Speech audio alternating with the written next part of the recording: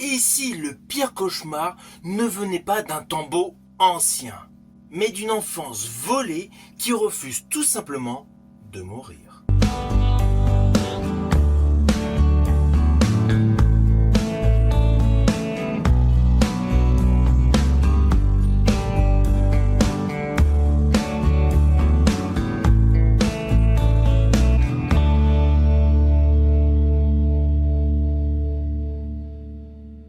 Hello, c'est HR, votre chroniqueur. Alors aujourd'hui, vidéo qui n'était pas prévue dans mon planning, car j'ai pu voir le film d'horreur Le Réveil de la momie hier samedi. Naturellement, aujourd'hui, je vais vous en faire mon retour. Mais avant cela, n'oubliez pas, si vous n'êtes pas abonné, pensez à le faire. Pensez à la petite cloche pour les notifs. Et j'ai un petit message particulier à l'un de mes abonnés qui a une très bonne culture sur le cinéma horrifique. Souvent, il me laisse des commentaires. Eh bien, je tiens à préciser personnellement pour cet abonné que ce film te plaira à 100%. Let's go!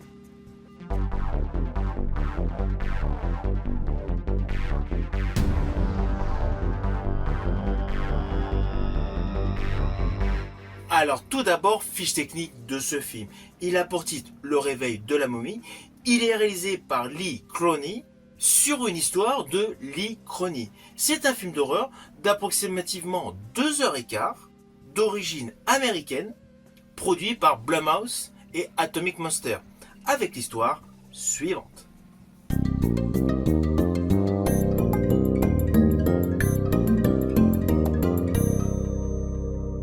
Alors dès les premières minutes, une ambiance à la fois familière et troublante est installée.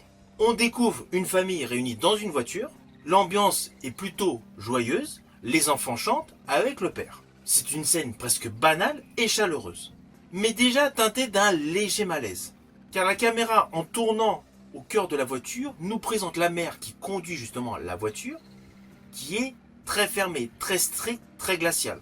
On se dit tout de suite qu'il y a quelque chose qui cloche, il y a une dissonance. Je rajouterais une tension presque perceptible, mais bien réelle. C'est justement là que le film montre sa réelle maîtrise. Installer une inquiétude sans jamais forcer.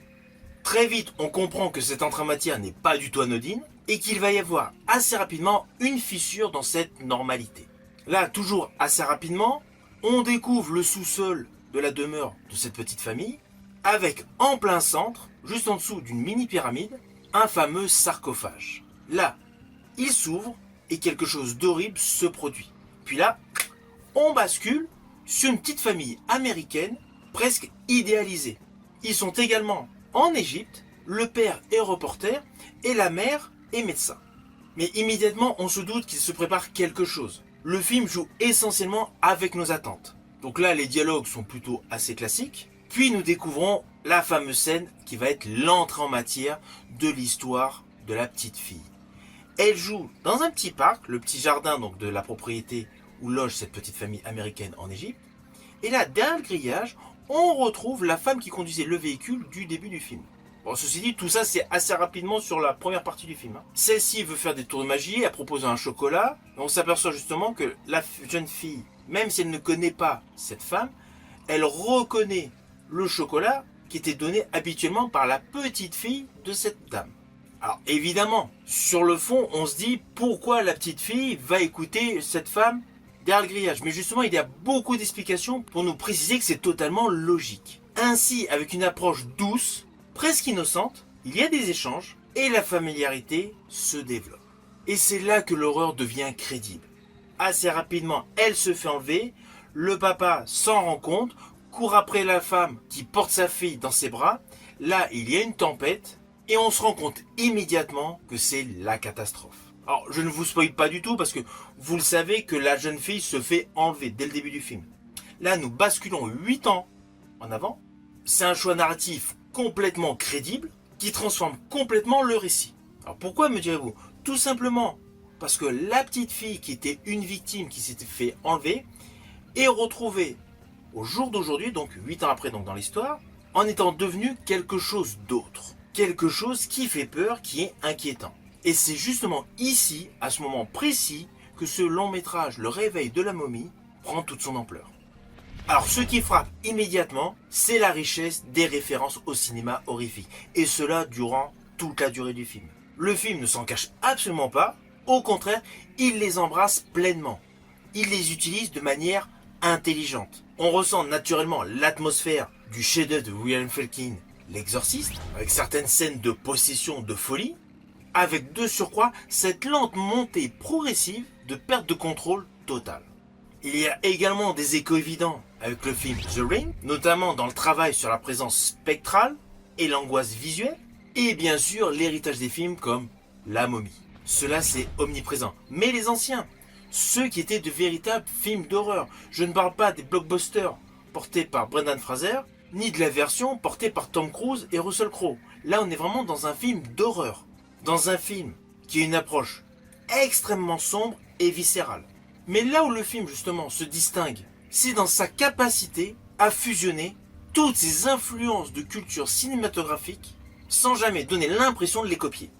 Chaque référence est digérée, transformée, intégrée dans une propre identité. Naturellement, plus on avance, plus l'angoisse s'intensifie. On quitte progressivement le terrain du mystère pour entrer dans celui de l'ésotérisme. Les rituels, les symboles et les manifestations surnaturelles deviennent de plus en plus présentes et surtout de plus en plus dérangeantes. Je pense à une certaine séquence avec le fils de la famille qui se tape la tête sur le bord d'un lit. Voilà, il y a pas mal de petites séquences qui sur le papier ne représentent que quelques lignes, mais sur le plan visuel, c'est topissime.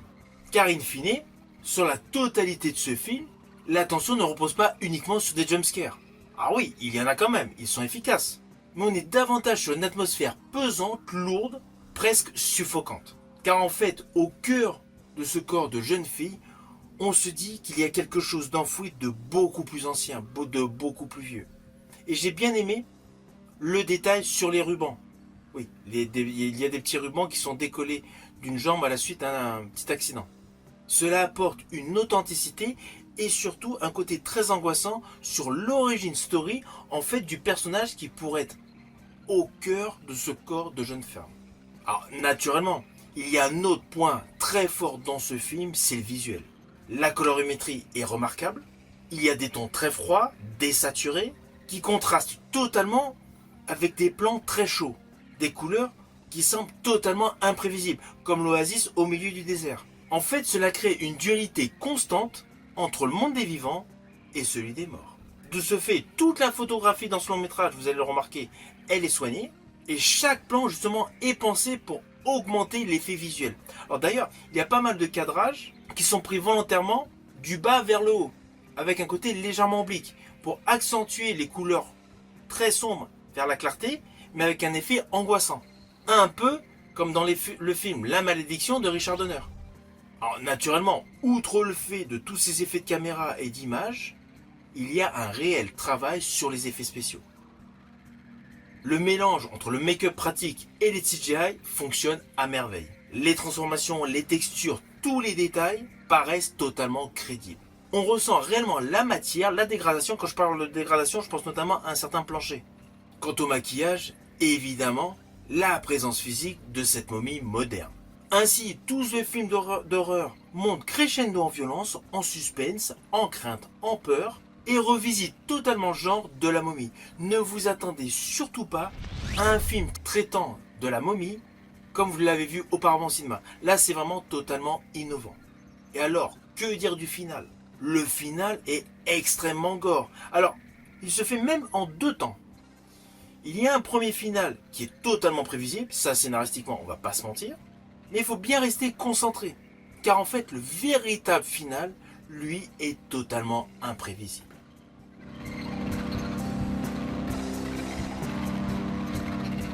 Alors au final, naturellement, je vous invite à découvrir au cinéma ce film d'horreur, Le Réveil de la momie. Ce long métrage est en fait une véritable lettre d'amour au cinéma horrifique. C'est un film qui assume totalement toutes ses influences, que ce soit de L'Exorciste à La Malédiction, à The Ring et consorts, tout en proposant une expérience moderne, immersive et visuellement maîtrisée. Une fois que vous l'aurez vu, n'hésitez surtout pas à me mettre en commentaire tout simplement votre opinion. Je vous dis à bientôt pour une prochaine vidéo.